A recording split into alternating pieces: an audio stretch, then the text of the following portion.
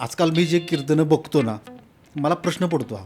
मला आलेला अनुभव, शास्त्रात लिहिलेला अनुभव आणि सद्गुरूने सांगितलेला अनुभव, हे तिने जर मॅच झालं तरच मला तो पुढच्या समाजाला सांगण्याचा अधिकार आहे. अरे तू तमाशाला गेला होतास, असं गांभीर्यानं जसं बोलतात उद्या लोक, अरे तू कीर्तनाला गेला होता असं म्हणजे ही वेळ ही तुम्हीच मला बोलून दाखवलं. हो. एक काळ असं होतं, व्हॉट्सअपचे जोक, फेसबुकवर आलेले जोक्स, इन्स्टा रीलवर मी कसं मॅक्झिमम फेमस होईल, लोकांना हसवून मला जास्त कार्यक्रम कसे मिळतील, हाच उद्देश आहे. सृष्टी निर्माण करताना त्याची काहीतरी भूमिका असेल ना. ते अलीकडं समर्थांना वेगळं बोलणं, तुकोबारांबद्दल परमार्थ करणं म्हणजे काहीच न करणं, हे अंतिम सत्य राजाभाऊ लक्षात ठेवा.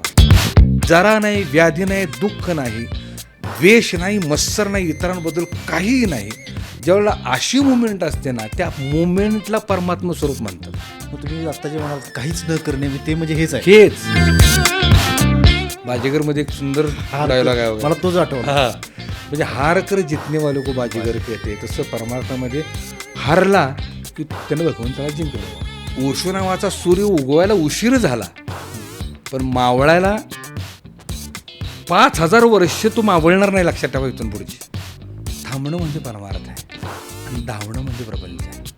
जेवढे अस्तिक आहे त्या प्रत्येक अस्तिकाच्या मनातली देवाची कल्पना वेगळी वेगळी आहे. बरोबर. तुमची कल्पना काय आहे? मी नास्तिक आहे.